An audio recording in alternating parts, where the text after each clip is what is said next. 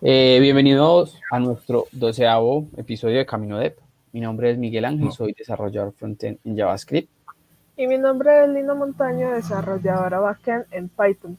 Hoy tenemos como invitado a Samuel. Bienvenido, Samuel, a nuestro podcast y cuéntanos quién es Samuel y a qué se dedica.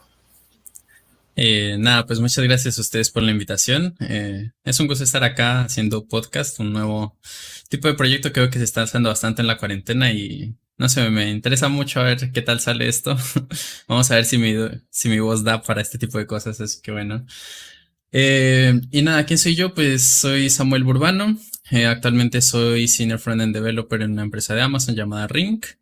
Y nada, me dedico a eso. Actualmente me dedico a los streams también, aunque está un poco de descanso por algunos motivos personales.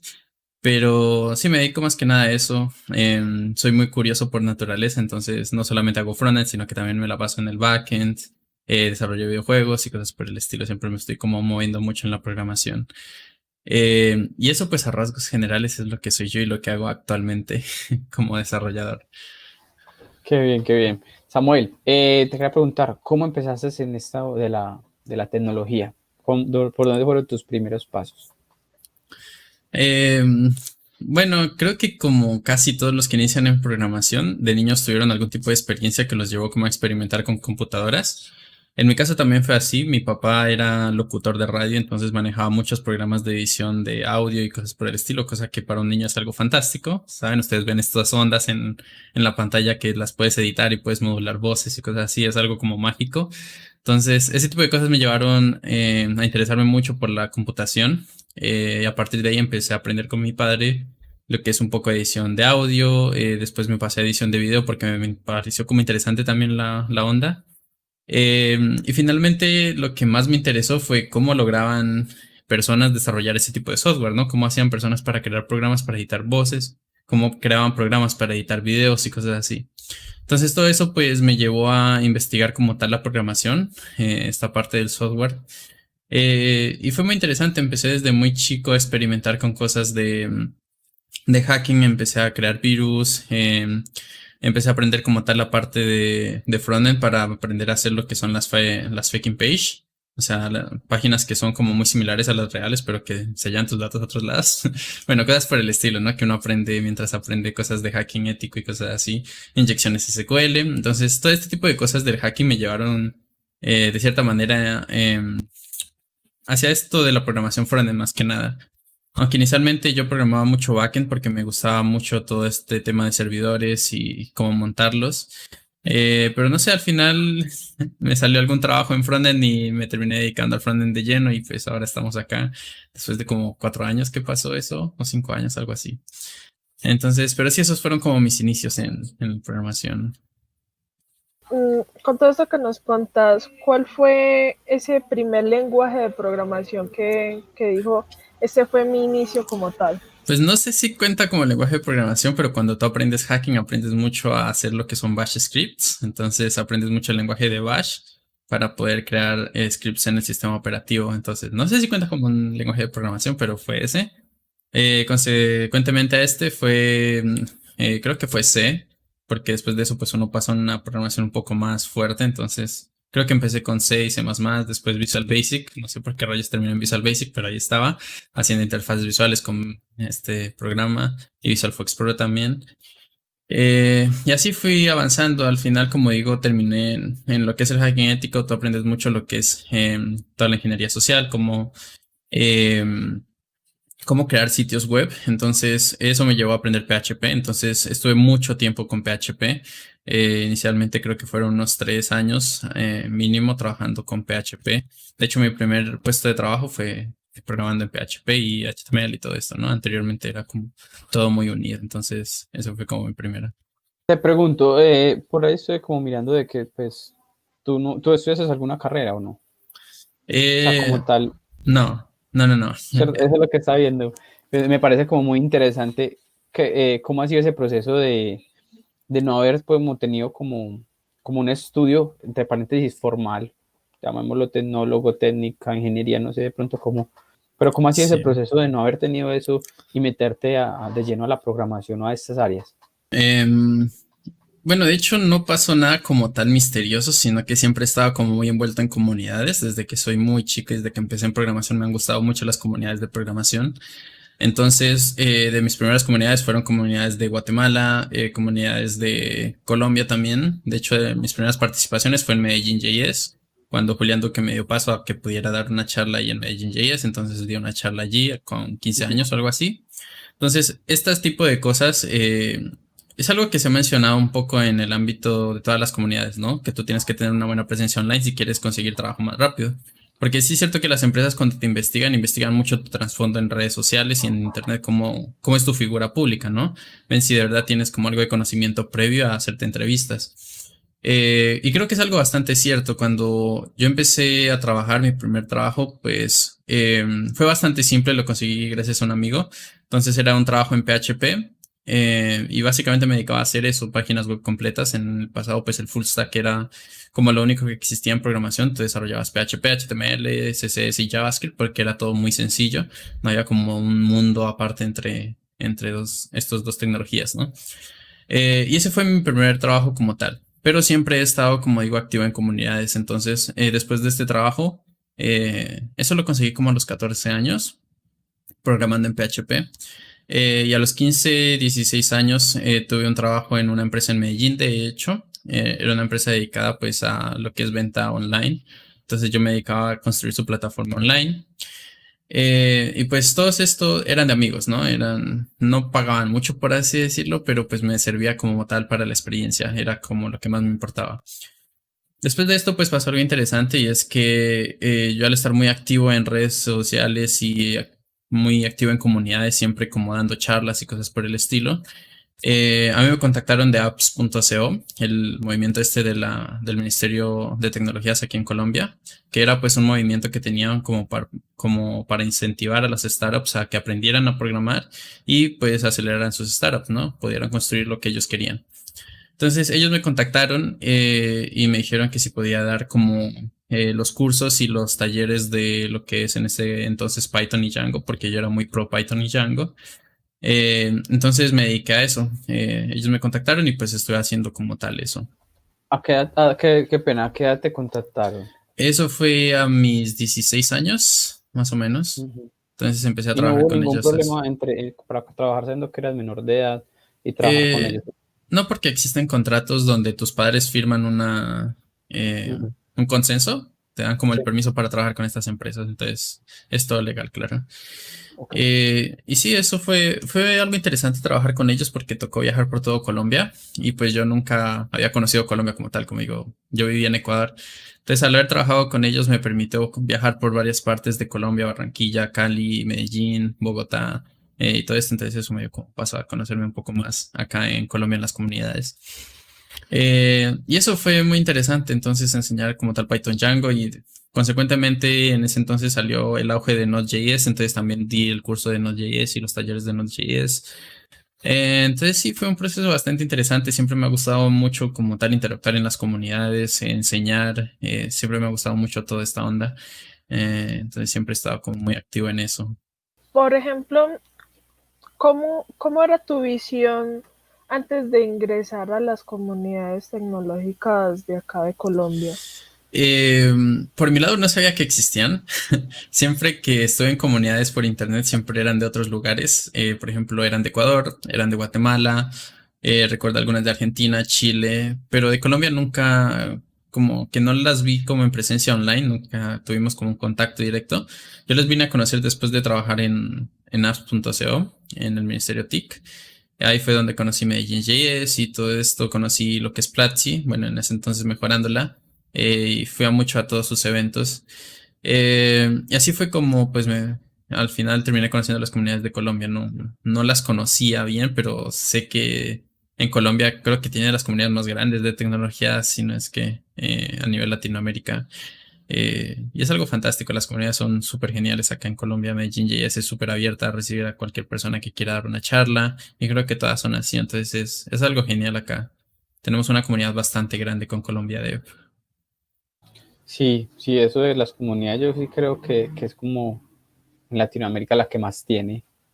Porque Sí. creo que en Medellín, por parte pues de Ruta N, una vez montaron como una API donde montaban casi todas las comunidades que habían, y creo que había más de 70, 80, Bueno, solamente en Medellín. Creo que De hay más, sí, todo. porque acá en Colombia tenemos el consorcio de Colombia Dev, ¿no? Que es como el Ujú, consorcio de todas las comunidades de Colombia. ujú. Y ahí hay un montón, hay un listado de todas las comunidades, hay como unas 100 o más de 100 Sí, comunidades. Es algo impresionante. Y tienen una cantidad de miembros también impresionante.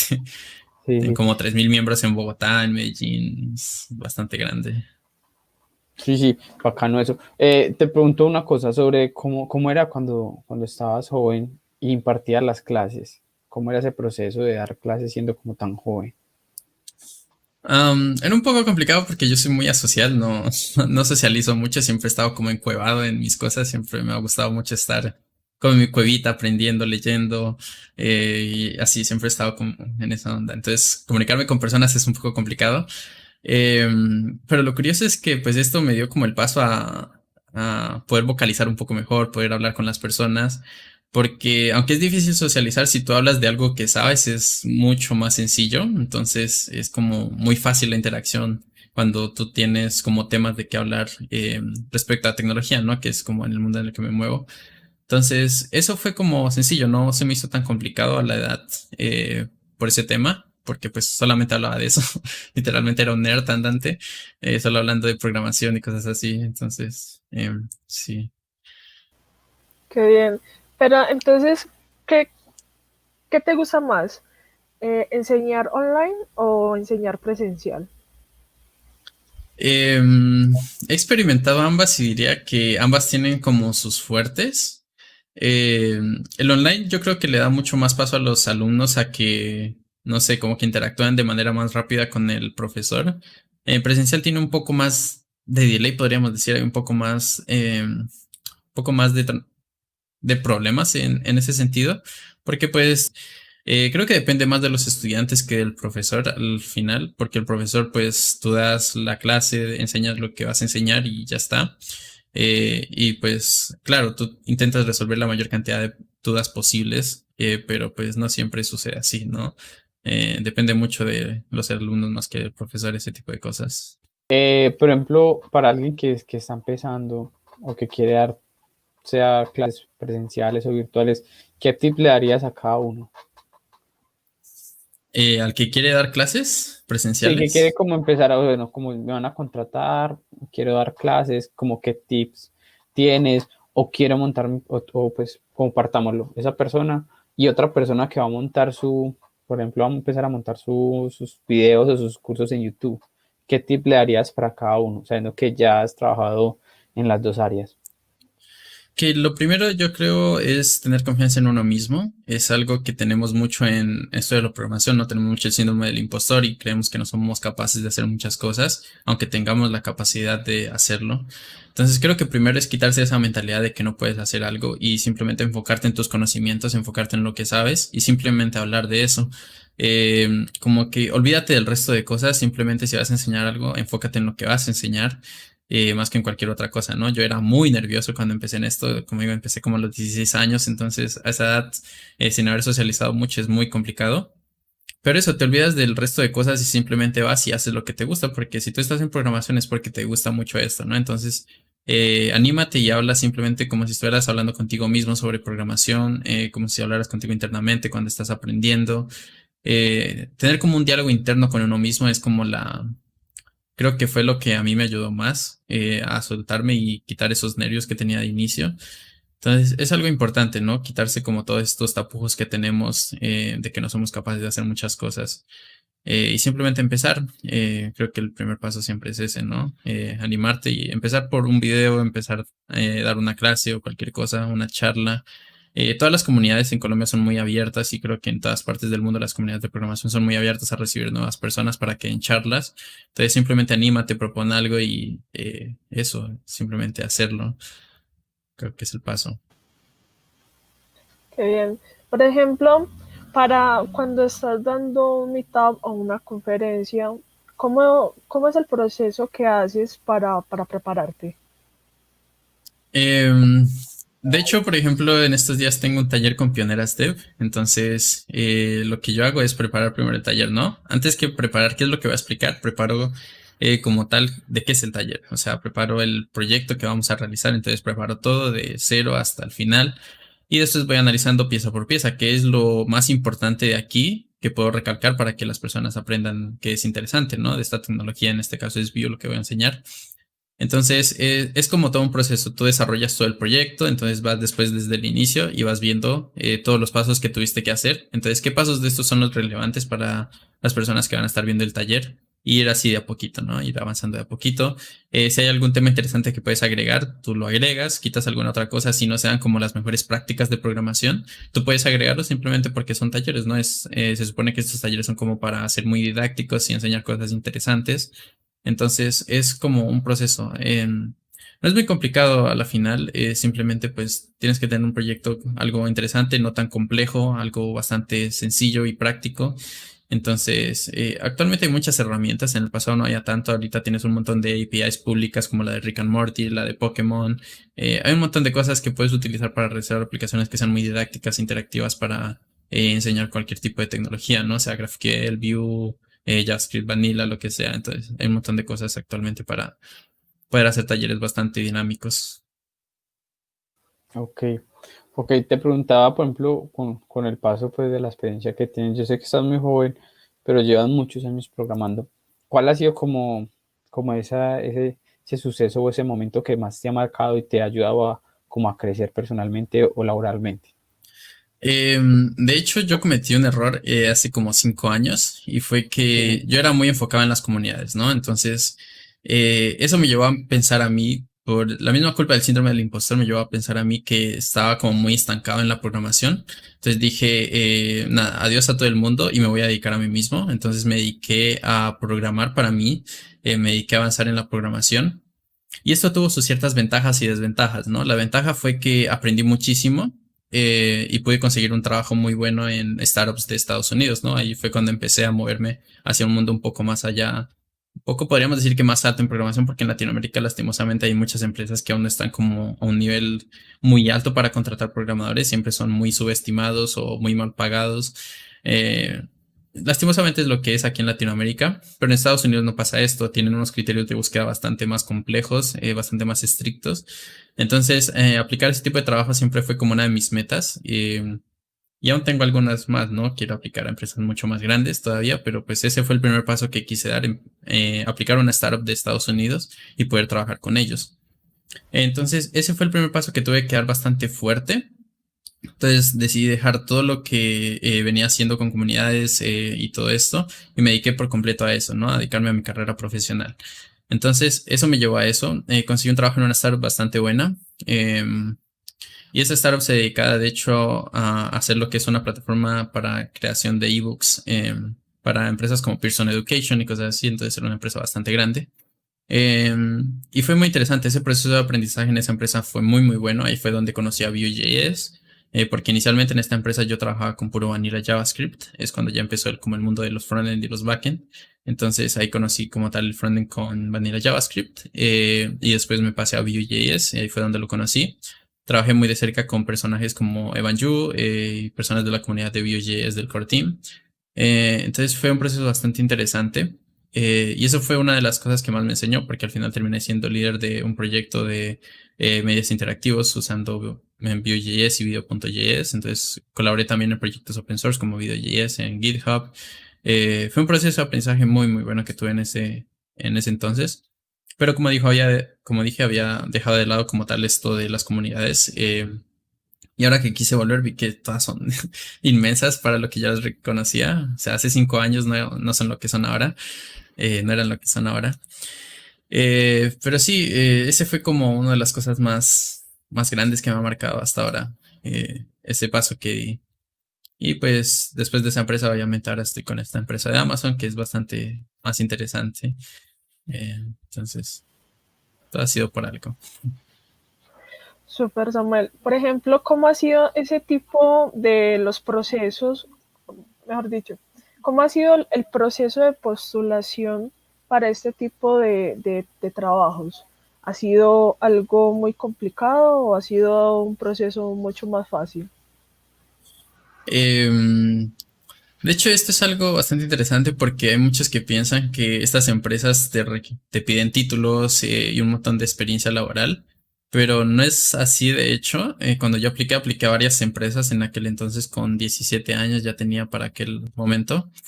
eh, y apliqué a varias, ¿no? A varias startups de Estados Unidos. Y el proceso de selección es, pues, varias pruebas. Te hacen muchas pruebas de conocimiento, cosas así. En realidad, la entrevista que te hacen no es tan a trasfondo de tus estudios, sino de lo que sabes en el momento. Te preguntan mucho de qué es lo que tú manejas, qué tanto sabes, qué es lo que estás haciendo y qué es lo que quieres, más que qué estudios tienes, qué universidad fuiste o cosas por el estilo, ¿no? Te preguntan cosas como más técnicas y específicas a lo que ellos quieren. Em, y pues eso, el proceso de selección es eso, tienes que pasar las series de pruebas que te ponen los Code Challenge, te ponen varios, entonces tienes que pasarlos y al final terminas con varias ofertas o no.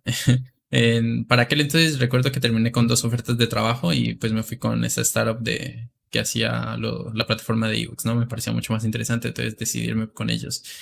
Pero sí, es algo que uno tiene que quitarse también, ¿no? Muchos tienen miedo a aplicar a startups o a empresas de Estados Unidos por eso. Pero en realidad no es tanto eso. Si tú te sientes confiado de tus conocimientos, puedes hacerlo, puedes aplicar a cualquier cantidad, no te van a juzgar.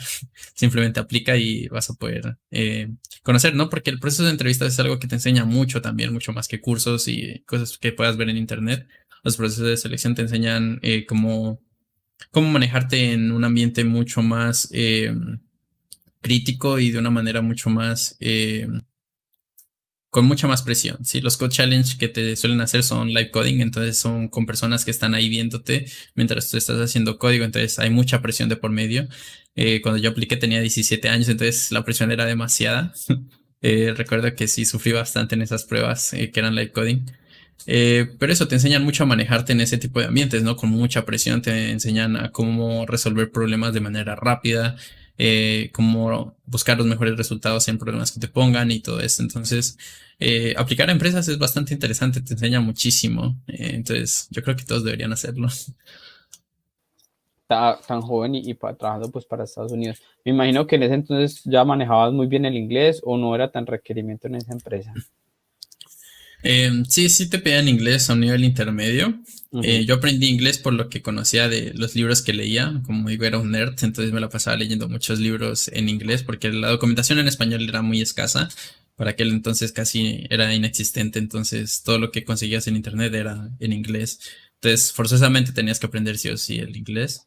Entonces lo manejaba a un nivel, no diría intermedio, era mucho menos que intermedio, pero me sirvió para entenderme con las personas que me entrevistaban y pues pasar estos procesos. Okay. Entonces sí. ¿Qué Hay que tener en consejo le cuenta darías? que, Sí, no, perdón, dale, hay que dale, tener en cuenta que muchas empresas de por allá tienen muchas personas que trabajan de Latinoamérica y partes hispanas.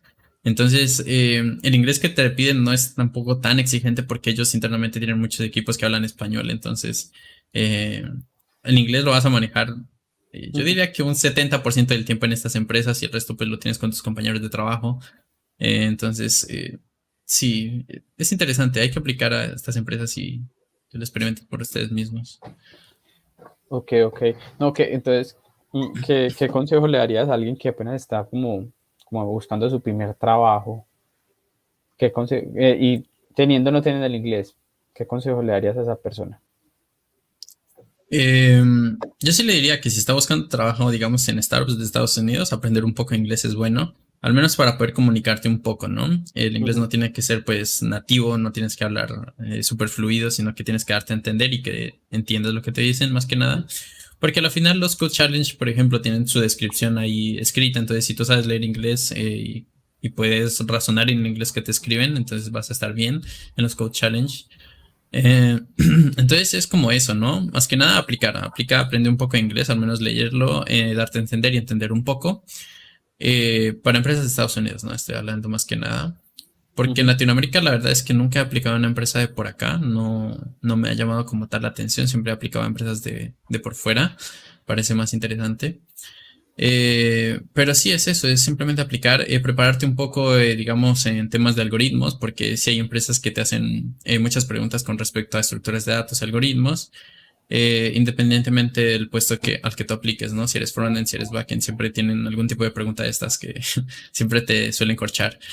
Pero es eso, los Code Challenge por lo general siempre te dan un tiempo estimado para resolverlo, entonces prepararte resolviendo problemas de manera rápida es también muy bueno, o sea, razonar rápido un problema y resolverlo. Y ese tipo de cosas, ¿no? Es lo que al final te va a ayudar como en estos procesos de selección. Y eso, si puedes, algo que a mí me ha ayudado bastante es hacer streaming, realizar videos de YouTube o hacer live coding.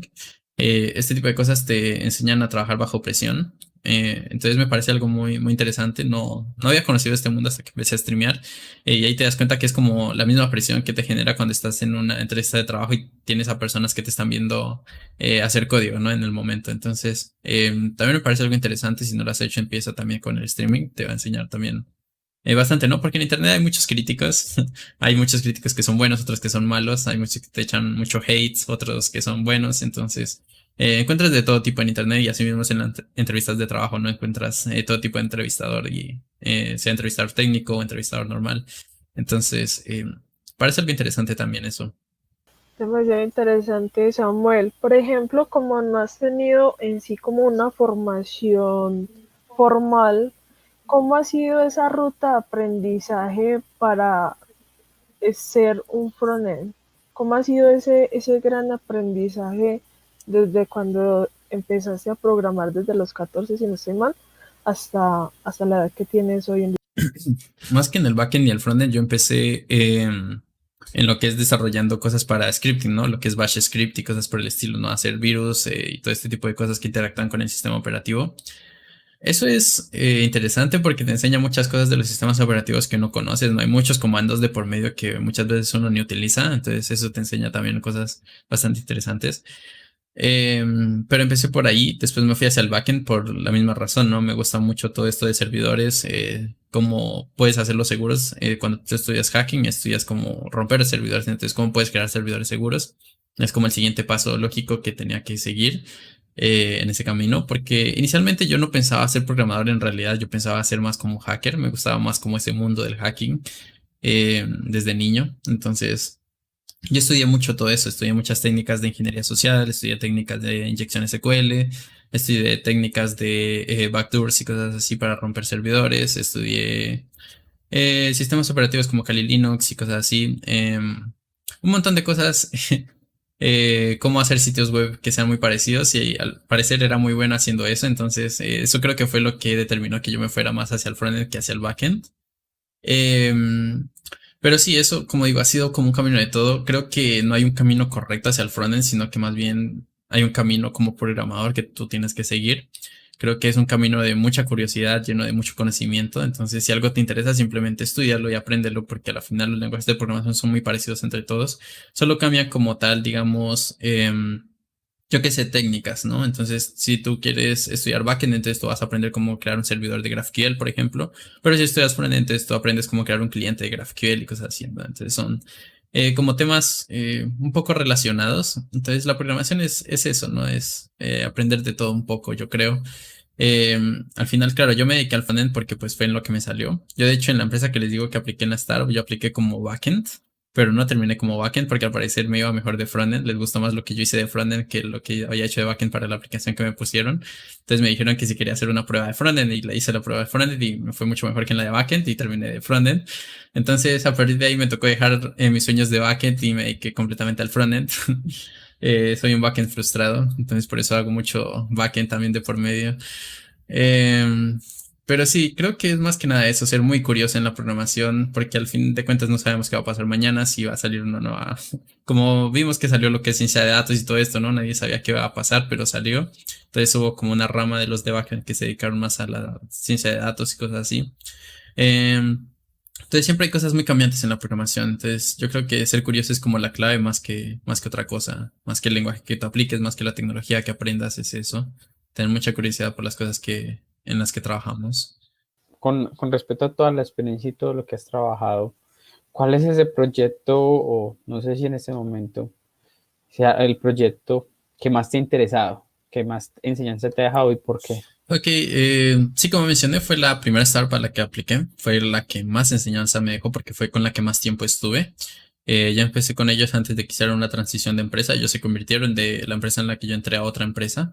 Eh, entonces, de inicio fue muy interesante porque era todo vanilla JavaScript. Teníamos que crear widgets interactivos que cumplieran con ciertos estándares de accesibilidad. Yo no conocía nada de accesibilidad para aquel entonces y estando en esta empresa me tocó aprender de accesibilidad para hacer lo que es aplicaciones web que cumplieran estos estándares, ¿no? Porque en Estados Unidos es algo obligatorio cuando tú tienes cierta cantidad de usuarios, ya se vuelve por ley obligatorio que tu sitio web sea accesible. Entonces, ahí tocó aprender a la fuerza, a aprender accesibilidad. Y es muy interesante todo este mundo. Me tocó crear muchos hacks de por medio para poder hacer cosas que ya preexistían accesibles.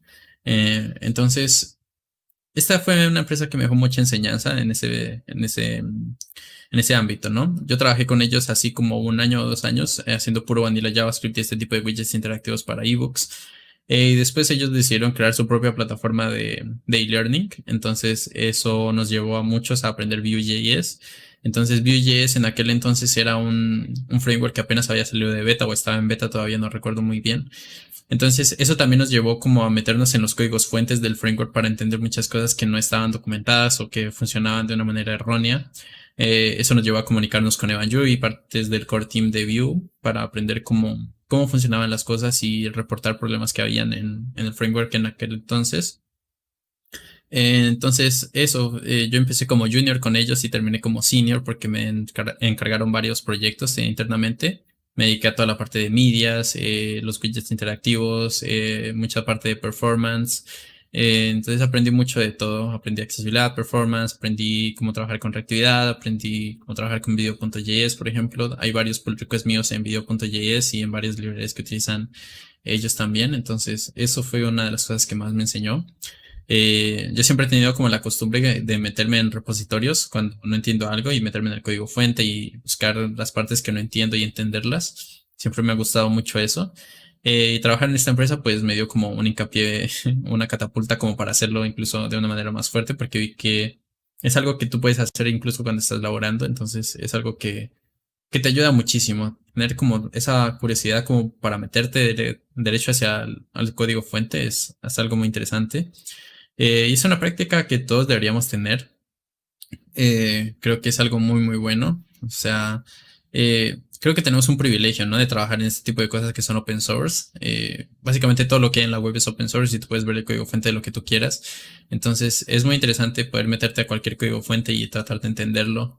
Entonces, creo que estamos en una época bastante, bastante buena para los programadores, ¿no?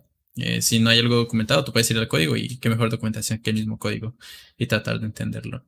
Por ejemplo, ¿qué te motiva a apoyar a los proyectos open source? No sé si hay una motivación como tal de por medio, es más que nada mi curiosidad lo que me lleva allá.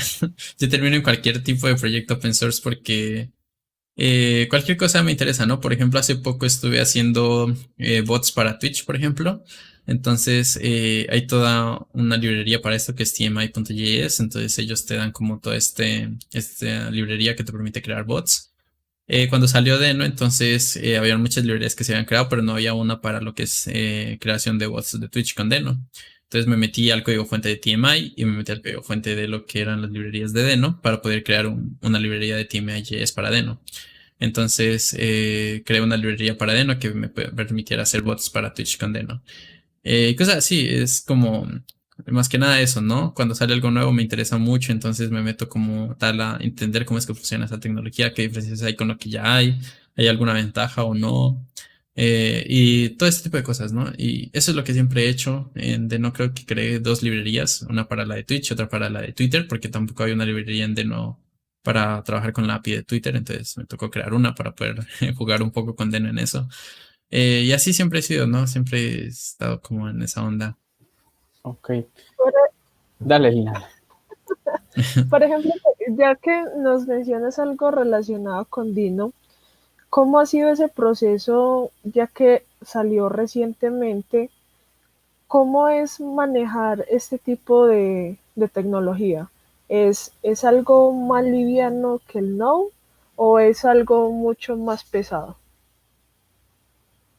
Am, Es algo interesante porque ellos tienen cierta filosofía un poco diferente a Node, ¿no? Ellos dicen que no quieren integrar todo un Node Modules, por ejemplo, sino que quieren que todo sea en la nube, sea algo muy parecido a lo que se trabaja, por ejemplo, con C Sharp, que son librerías ya estandarizadas. Entonces tú tienes todo un set de librerías que existen en la nube, en lo que es los repositorios de Deno. Es un proceso un tanto diferente en ese sentido, porque no tienes no podría decir la facilidad porque en Deno también es muy fácil instalar dependencias. No sé, es un poco extraño. No podría decir si es más liviano o más pesado, sino que es diferente. Es muy diferente ese estilo de programación que implementa Deno. Y creo que es muy temprano todavía como para dar opiniones al respecto. No sé, he jugado bastante con Deno y es muy interesante lo que están haciendo. No sé, por ejemplo, esto de que ellos soportan TypeScript ya de manera nativa es algo también muy interesante. Puedes escribir TypeScript sin tener que correr un compilador, porque ellos ya lo hacen de por medio con el compilador de Deno. Cosas así son algo interesante, pero no sé, hay que ver. Siempre que sale una nueva tecnología, uno siempre se fija en la comunidad. Esto es algo que hablábamos en otras comunidades. Uno se fija en es la comunidad de Deno hacia dónde quiere llevar a Deno. Entonces, las personas que son entusiastas de Deno van a utilizar Deno y van a empezar a crear librerías para Deno y van a empezar a implementarlo en proyectos. Entonces, ahí uno se va a dar cuenta en dónde es que está el fuerte de Deno. No creo que Deno reemplace a Node, sino que va a ser como un complemento o va a ser algo extra que vamos a tener en programación backend. Creo que no sé, como digo, es muy temprano para dar opiniones al respecto de Deno. Hay que ver hacia dónde lo lleva la comunidad más que otra cosa. Pero a mí me ha gustado mucho trabajar con Deno por el hecho de las librerías, ¿no? Tú simplemente jalas desde el cloud de Deno y instalas la librería y la empiezas a utilizar. Puedes utilizar TypeScript de manera nativa, no tienes que instalar absolutamente nada. No tienes que preocuparte del package.json ni del node modules, que sea un monstruo. Cosas así, son cosas interesantes que tiene Deno, pero como digo, hay que ver hacia dónde va esa tecnología todavía. Por ejemplo, en este momento yo soy como desarrollador frontend y mi enfoque más que todo es como en Vue.js. Me gustaría saber cómo Okay. fue aportar a Vue.js y cómo fue trabajar con Evan June. Ok, como tal aportar, no creo que aportamos código al código de Vue, pero sí reportamos muchos issues, ¿no? Porque como digo, apenas había salido como de beta el framework, entonces habían issues, por ejemplo, con el Nextstick, que era como ellos retrasaban algún tipo de funcionalidad en el ciclo de vida de un componente. Entonces, este tipo de cosas no funcionaba correctamente cuando nosotros lo implementamos y era un proyecto de más de 3000 componentes o algo así. Entonces, teníamos muchos problemas de este tipo con el Nextstick. Entonces, cuando fuimos y hablamos con Evanju, le mencionamos y ellos revisaron el issue, nos mencionaron cómo deberíamos implementarlo. Habían cosas que sí lo estábamos implementando mal, otras que sí eran errores como tal de Vue, que al final terminaron solventando de manera muy rápida.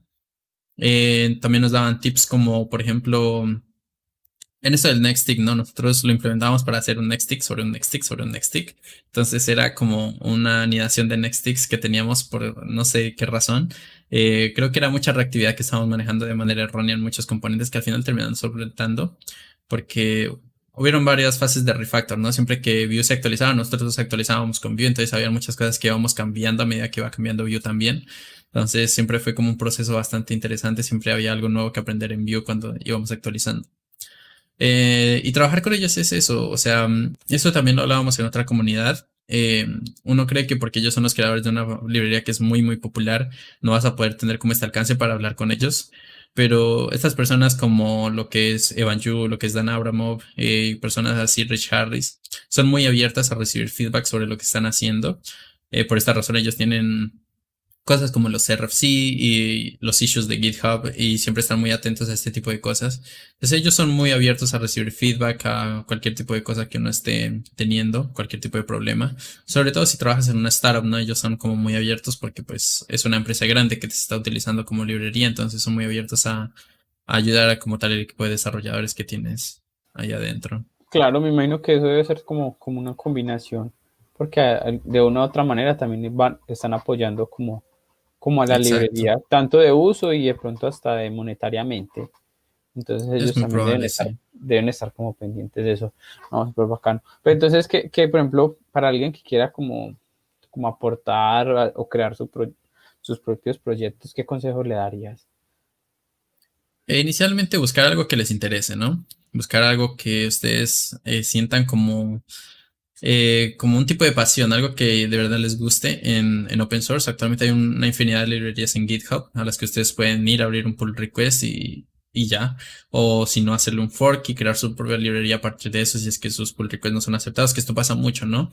Em, Al tener un ecosistema como el de NPM, hay muchas librerías que quedan en el olvido.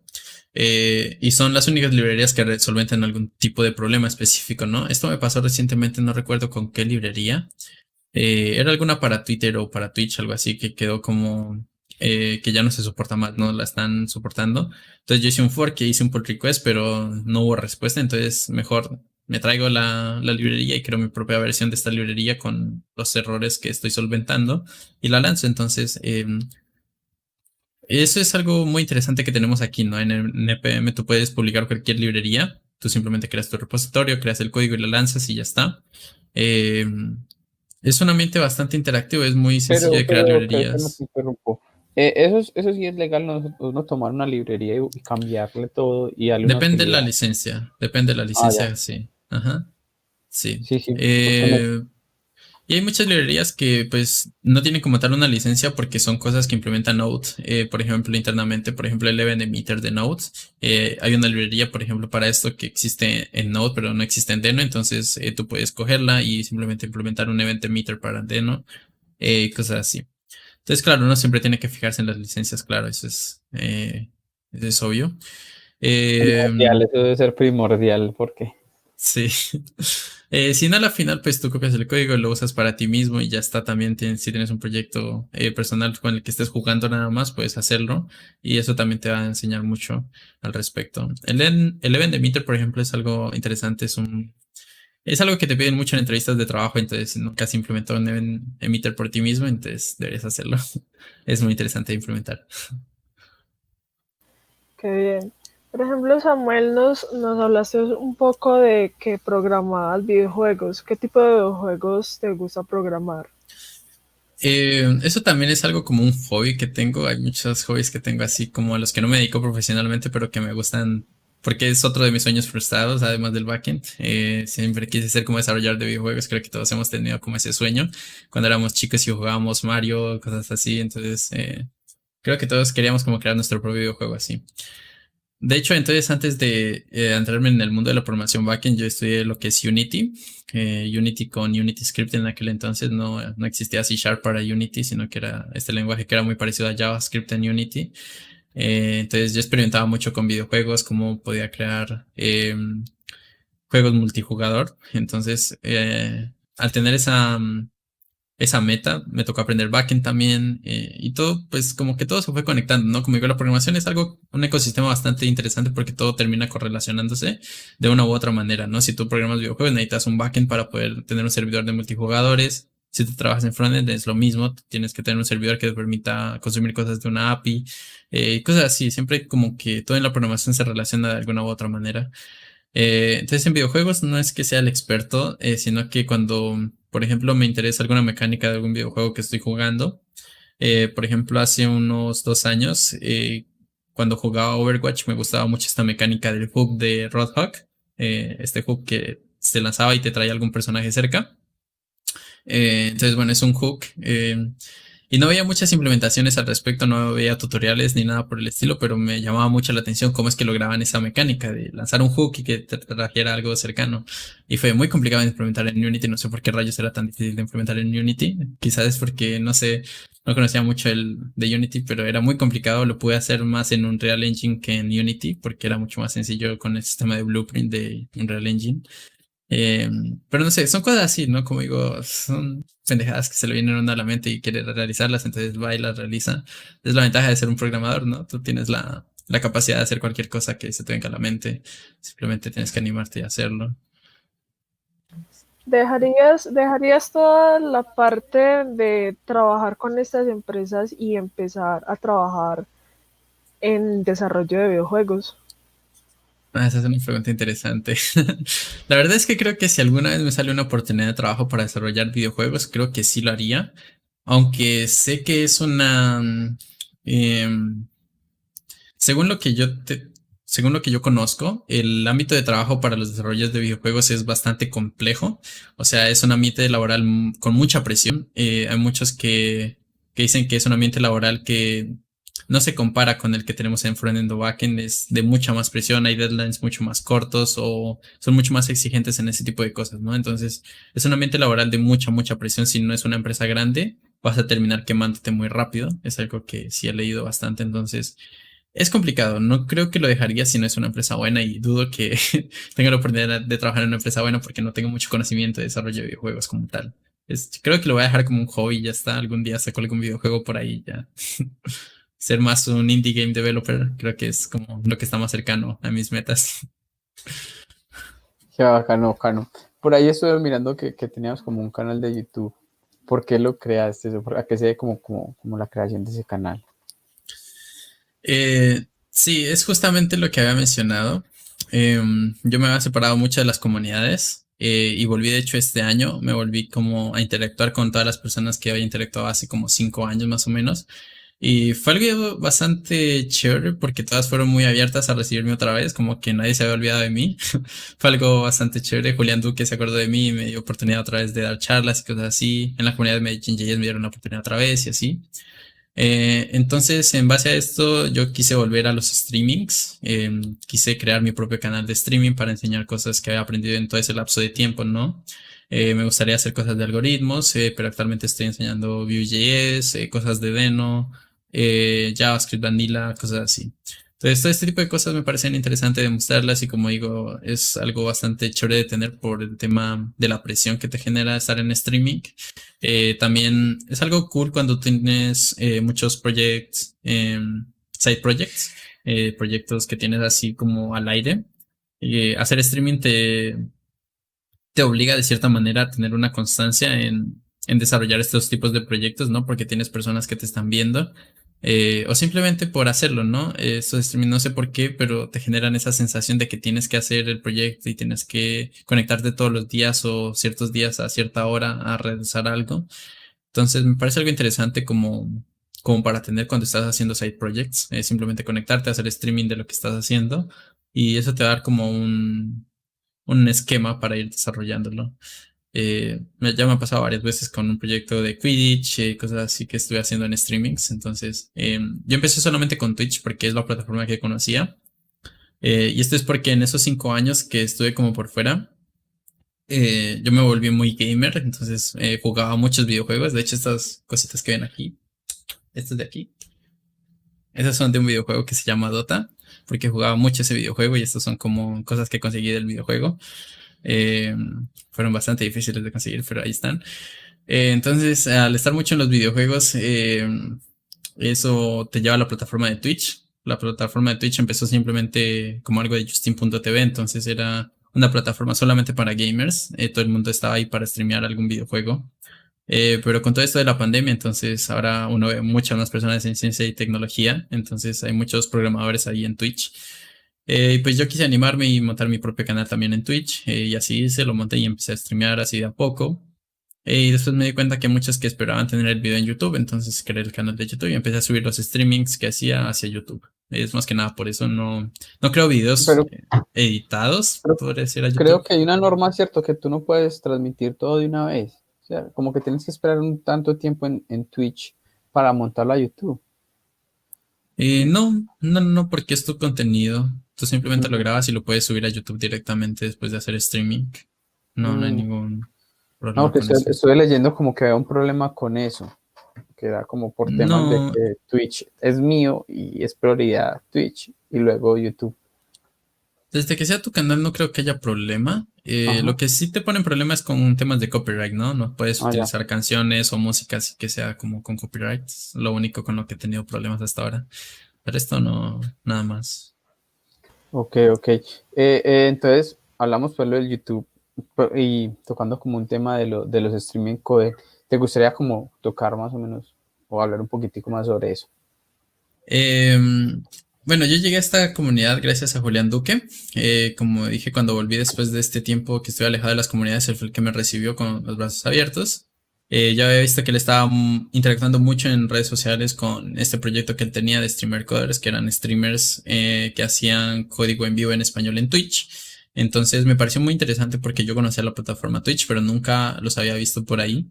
Entonces quise como apoyar a esta iniciativa y quise también empezar mis streamings. Entonces fue como el momento perfecto. Le dije a Julián que quería ser parte de esta comunidad y apoyar en la parte de streamings. Y él me dijo que sí, completamente. Y me metí de una vez a la comunidad y me metí como streamer. Entonces, así empecé. Es una comunidad muy abierta, hay muchas personas muy tesas en todo el campo. Está Leonidas Esteban, Oscar Barajas, Julián Duque, también hay personas de Medellín JS como Cristian Moreno, y así hay una cantidad bastante grande de streamers ahorita. Cuando yo empecé no habían tantos, ahorita hay un montón, lo que es muy bueno porque ahí nos damos cuenta que se está generando mucho más contenido en español para toda la comunidad, ¿no? Entonces es algo bastante positivo y me gusta mucho.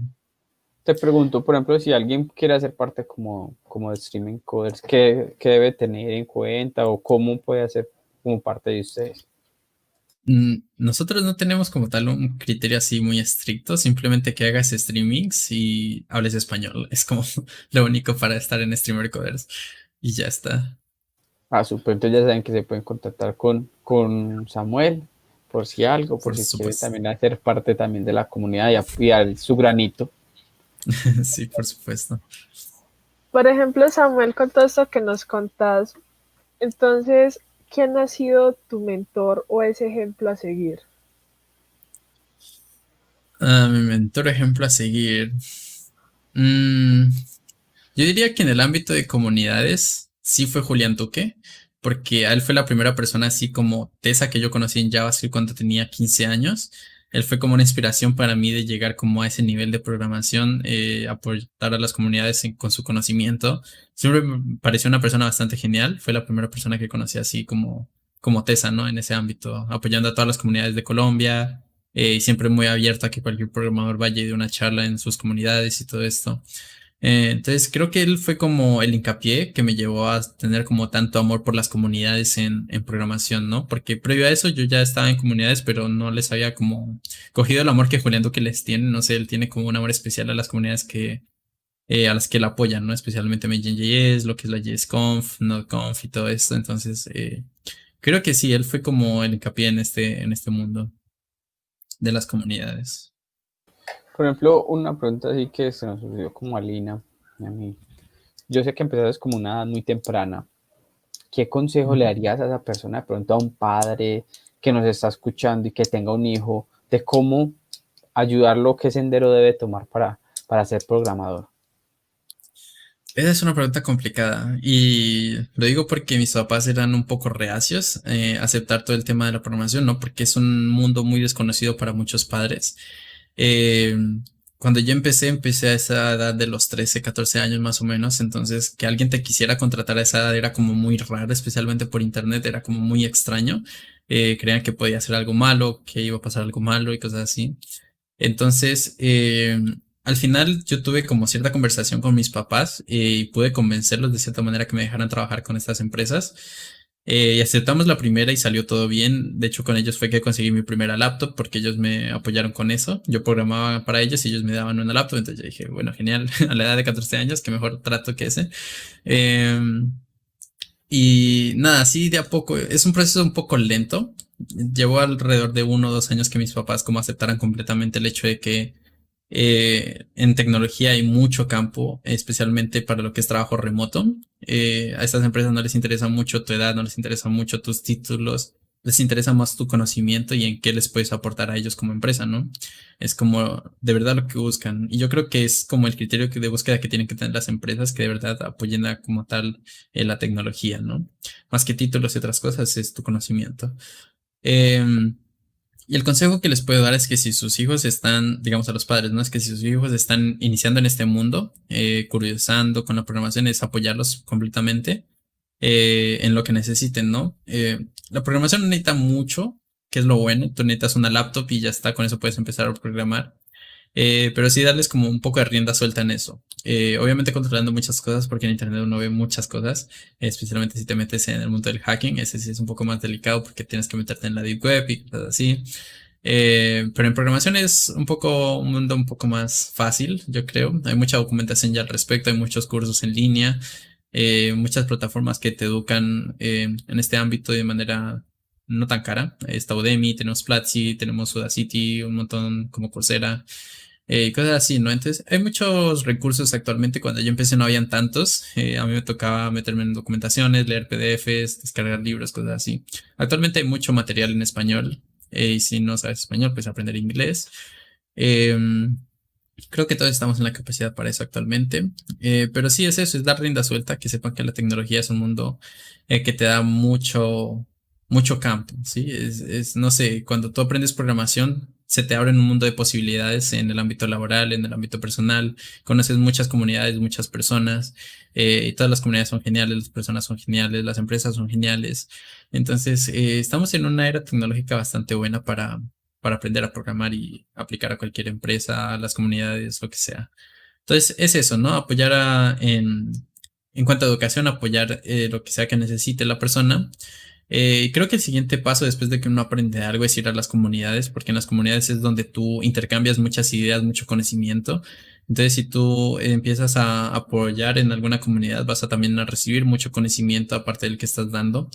Creo que no recuerdo quién es el que dijo esta frase, pero hay una frase que dice que tú aprendes más enseñando, y eso es muy cierto. Cuando tú quieres enseñar algo, tienes que estudiar mucho más sobre un tema, tienes que como prepararte mucho más sobre el tema que vas a dar. Entonces, eso es a lo que te lleva a una comunidad, ¿no? Cuando tú vas a dar una charla, tienes que prepararte sobre la charla que vas a dar y cosas así. Entonces, creo que es el siguiente paso que uno tiene que dar, y después de eso tú sí puedes aplicar a cualquier empresa o lo que sea. Incluso en las comunidades, cuando tú estás en comunidades, muchos te van a contactar por trabajo, te van a soltar cualquier tipo de cosa. Entonces, creo que las comunidades son algo muy fuerte y muy poderoso que tenemos en la programación, ¿no? Creo que es algo bastante bonito. Nos surgió una duda a Miguel y a mí. ¿Cómo se mide a una persona por su seniority? Eh, yo no creo que haya una escala como tal global que te permita medir eso. Creo que cada empresa tiene su manera de definir el seniority. Es muy diferente. Por ejemplo, un software engineer senior de Netflix es muy diferente a un software engineer senior de Microsoft o de Facebook. En Amazon también es muy diferente lo que es un senior software engineer o un senior front developer, es muy diferente también. Entonces, no hay como una escala. Yo creo que el seniority depende más de lo que la empresa requiere, porque depende más de la responsabilidad que quieren darte a ti dentro de la empresa. Creo que eso depende más del seniority, ¿no? Cuando una empresa requiere un senior es porque quieren soltarte responsabilidades directamente cuando entres a la empresa y que seas capaz de llevar esas responsabilidades a cabo, ¿no? Resolverlas por tu propia cuenta o con un equipo. Creo que eso trata más el seniority. Un junior developer es más alguien que depende un poco de seniors o de otras personas en la empresa para llevar a cabo tareas, ¿no? Porque no tienen como tal eh, o no se sienten capaces todavía de resolver problemas por sí solos. Entonces creo que esa es como la brecha que hay.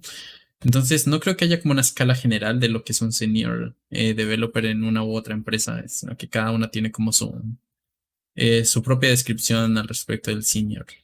Ya sabes, con una empresa muy grande, ¿te gustaría como comentar cómo es su proceso, o sea, cómo es su trabajo actual, como trabajando para una empresa alterna de Amazon? Es interesante. No sabía que estas empresas eran tan rígidas con la seguridad, pero bueno, es lógico, ¿no? En Amazon cuando entré no pude empezar a tocar código, sino fue como hasta 1 o 2 meses después, porque tiene que pasar todo un proceso de seguridad primero. Tiene que darte una laptop, esta laptop tiene que ser encriptada, esta encriptación tiene que ir de la mano de una YubiKey y también un Gemalto Key. Bueno, un montón de cosas así. Es un proceso un poco largo con muchos roles envueltos, mucha seguridad envuelta, antes de que puedas empezar a atar código como tal, porque Amazon es muy rígido. No sé si otras empresas grandes sean así, pero sé que Amazon es súper estricto en cuanto a las cosas que puedes utilizar dentro de la empresa. Otra cosa interesante es que dentro de Amazon no tienes acceso directo a NPM, sino que pasas por medio de algo que se llama Goshak. Entonces, Goshak es como el registro de paquetes de NPM dentro de Amazon. Entonces, son paquetes que solamente son aprobados por Amazon. Entonces, tú no tienes acceso al registro público de NPM, sino que solamente ese registro. Entonces, no puedes utilizar cualquier librería que se te venga en gana dentro de Amazon, sino que tienen que ser librerías específicas que son aprobadas por Amazon. Y cosas así, hay muchos temas de seguridad internamente que uno tiene que tener en cuenta. Y yo supondría que por eso es que ellos quieren mucho senior, porque muchas veces nos encontramos con problemas que no podemos solventar y no podemos implementar tampoco en la librería. Entonces, ¿qué hacemos? Nos toca hacer un poco de ingeniería inversa, ir a alguna librería que solventa el problema, implementarlo nosotros mismos dentro del proyecto que estamos realizando, ¿no? No podemos implementar todo de lleno. Por ejemplo, a mí me ha tocado integrar aplicaciones de React que son externas a Amazon, entonces estas librerías tengo que integrarlas, pero muchas veces utilizan librerías que no son soportadas por Goshak. Entonces, ¿qué me toca hacer? Entrar al código de la aplicación de React y convertir todo a algo que sea pues aprobado por Amazon. Entonces son muchas cosas así, ¿no? Por eso digo que es muy importante tener como esa práctica de meterte en código fuente de otros y modificarlo o usarlo a tu gusto, ¿no? Porque en algún momento siempre va a pasar que tengas que hacerlo. Entonces es muy importante eso. Súper. Por ejemplo, hemos visto algo que muy particular en ti y es ese amor por los pingüinos. ¿Tiene que ver algo relacionado con Linux o en general te gustan los pingüinos? Empezó por ahí, bueno, no sé, empezó un poco desde antes. Mi mamá me ponía mucho esta canción de Sammy el heladero, que es un pingüino feliz y gordito, no sé si la conocen, creo que es muy popular entre los niños. Bueno, en mi época era muy popular, era un pingüinito que era un heladero. Y estuve con esa canción casi toda mi niñez. Cuando conocí Linux a una edad bastante corta, pues la mascota de Linux es Tux, ¿no? Entonces esta mascotica es un pingüinito. Eso también me llevó como otro gusto más por los pingüinos. Eh, Después de eso, pues me puse a investigar como tal acerca de los pingüinos. Yo me considero una persona bastante romántica, entonces los pingüinos son como una especie bastante romántica también. Ellos dicen que cuando encuentran pareja se quedan con ella toda la vida, incluso después de que mueren ya no consiguen otra pareja.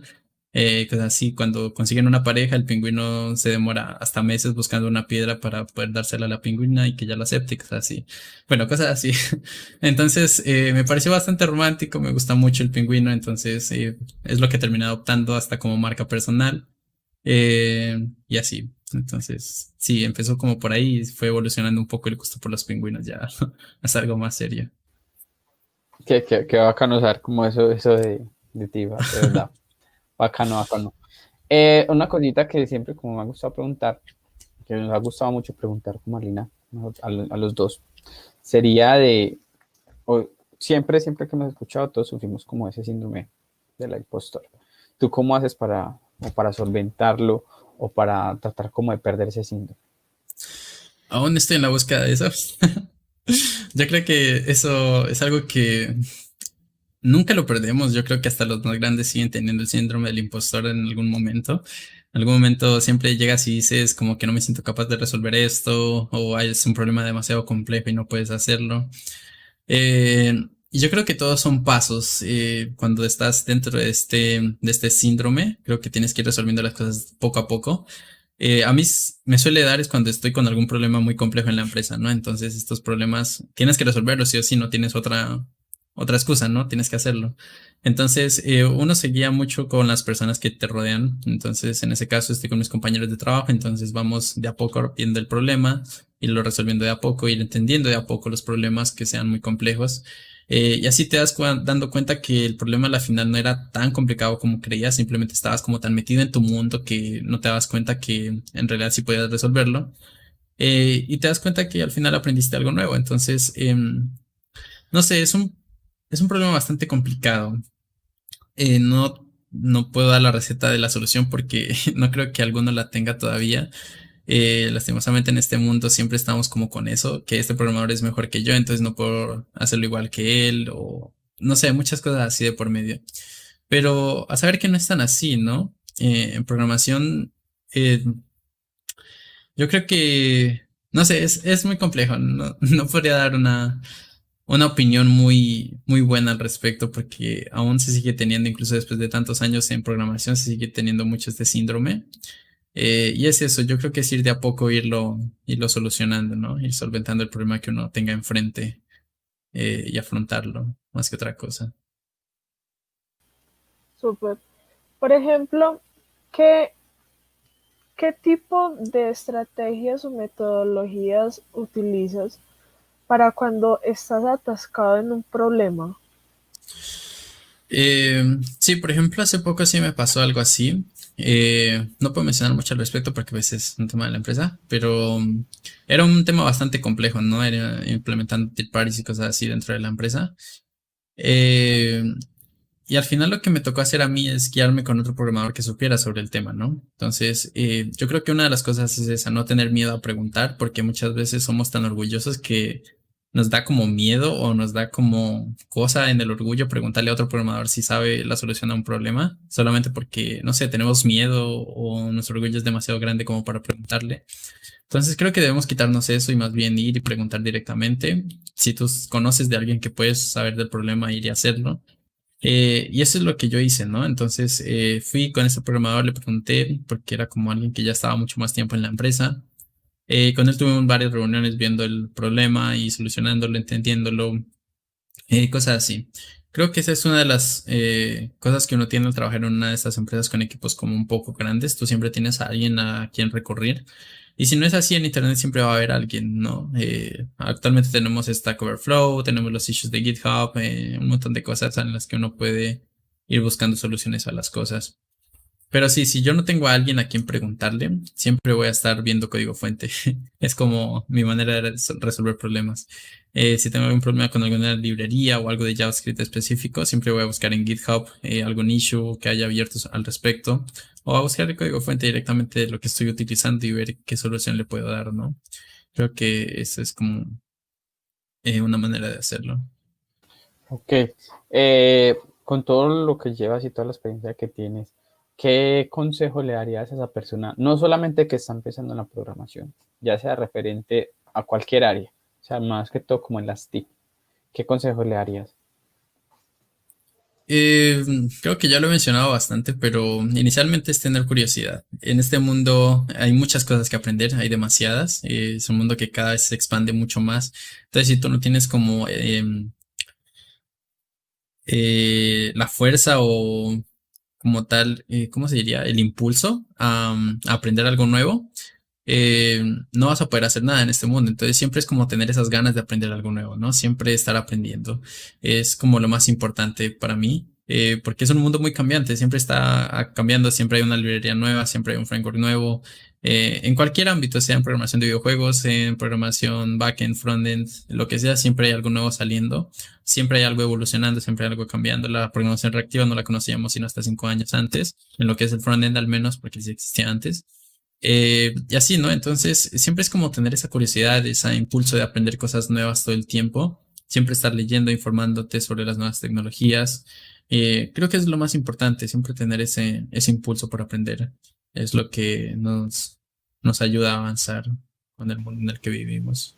Por ejemplo, ¿qué opinión tienes acerca de tu área dentro de más o menos 10 años? Del frontend,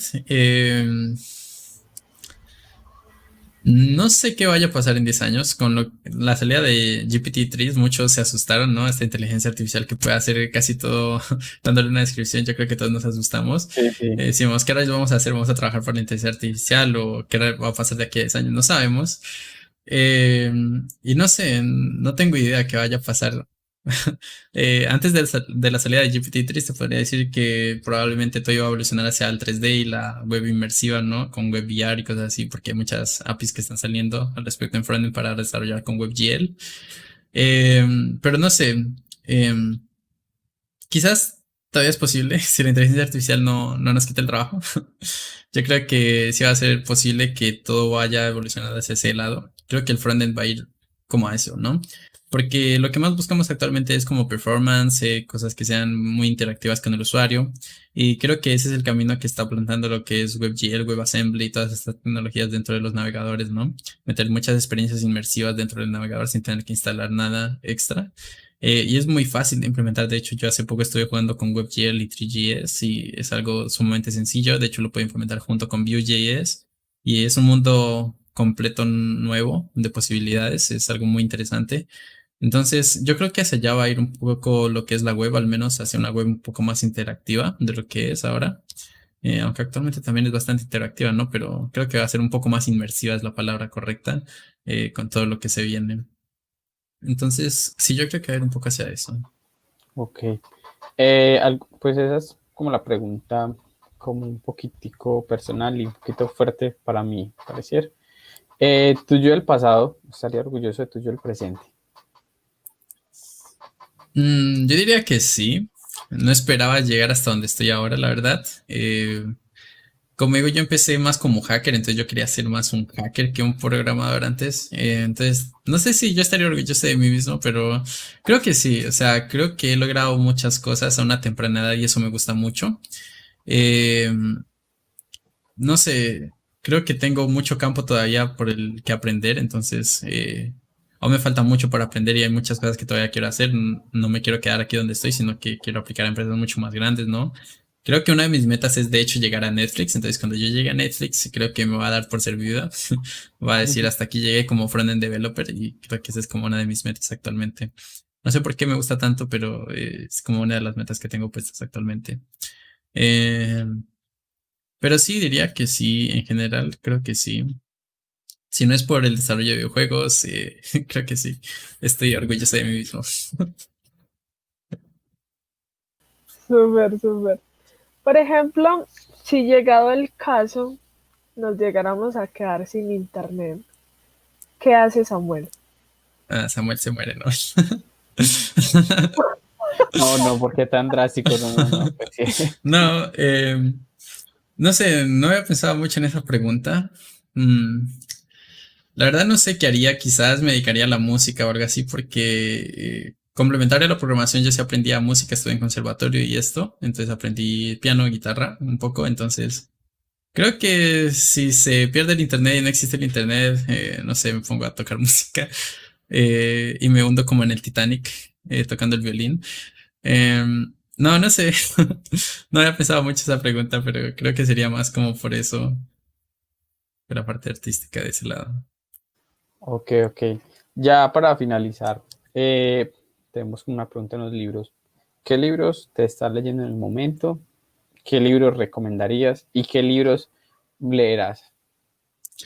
Ok, aquí no tengo muchos libros como ven en el estante, hay muy poquitos, pero la mayoría que ven ahí son de Stephen King, porque me gusta mucho la literatura thriller, entonces me gusta mucho como esto que es, no es terror, pero es muy parecido al terror, es como un tipo de terror con mucha historia de por medio, entonces me gusta mucho lo que escribe Stephen King. Eh, y el libro que me va a leer actualmente es Sleeping Beauties de Stephen King y el hijo, Owen King creo que se llamaba, no me acuerdo muy bien, creo que ahí está el libro. Pero sí, me gusta mucho la literatura de Stephen King, soy muy fan. Y otro que ven ahí es el de física de Javier Santolaya. También me gusta mucho ese. Es el del bosón de Higgs, como te hace la cama o algo así. Ese me lo leí hace un tiempo, pero no lo he terminado. Ese es el que estoy leyendo todavía. Pero sí, esa es la literatura que me gusta. Qué bien, hombre, Samuel. Samuel, bueno, muchísimas gracias por tomarte este tiempo de estar con nosotros y que todos los oyentes y todos los que nos escuchan en el podcast, toda tu historia, agradecerte y regálanos tus redes sociales para que todos los que nos escuchan te sigan o tengan algún tipo de consulta, puedan contactarse contigo. Ok, sí, no, pues nada, gracias a ustedes por tenerme acá, abrirme este espacio. Sí quería probar algo como los podcasts, como había dicho al inicio, entonces me gusta mucho esto, poder empezar en este tipo de proyectos y apoyar más a comunidades que estén realizando este tipo de cosas, ¿no? Entonces, gracias a ustedes por brindarme el espacio y recibirme acá. Y mis redes sociales pues son IO Samuel en todas, en YouTube, Twitch, Twitter, Facebook también, entonces ahí me pueden conseguir en cualquier lugar como IO Samuel. Súper, a todos los que nos escuchan pueden seguir a Samuel como iOS, Samuel, Sí. iOS. ¿Por qué Ajá, iOS? IO Samuel. ¿Por qué? IO, bueno, si van a mi página iosamuel.dev, ahí van a ver la descripción de por qué el IO. No tiene que ver con iOS, no soy desarrollador de iOS, sino es más bien el input y el output del todo el flujo de informática, ¿no? El input-output es como el flujo que tenemos en informática, entonces por eso es el IO, el IO Samuel. Súper interesante. Entonces, a Sí. todos los que nos ven por medio de YouTube, pueden suscribirse, darle manito arriba y darle a recordatorio para cuando estemos haciendo el lanzamiento del nuevo podcast. Y todos los que nos escuchan por Spotify, no se olviden suscribirse a nuestro canal. Y a todos los que no, y a todos que nos sigan por medio de nuestras redes sociales como Camino Dev en Instagram y en Twitter. Y a todos, muchísimas gracias. Gracias Miguel por estar también con nosotros acá. Y a Samuel, muchísimas gracias a todos y nos vemos en un próximo episodio.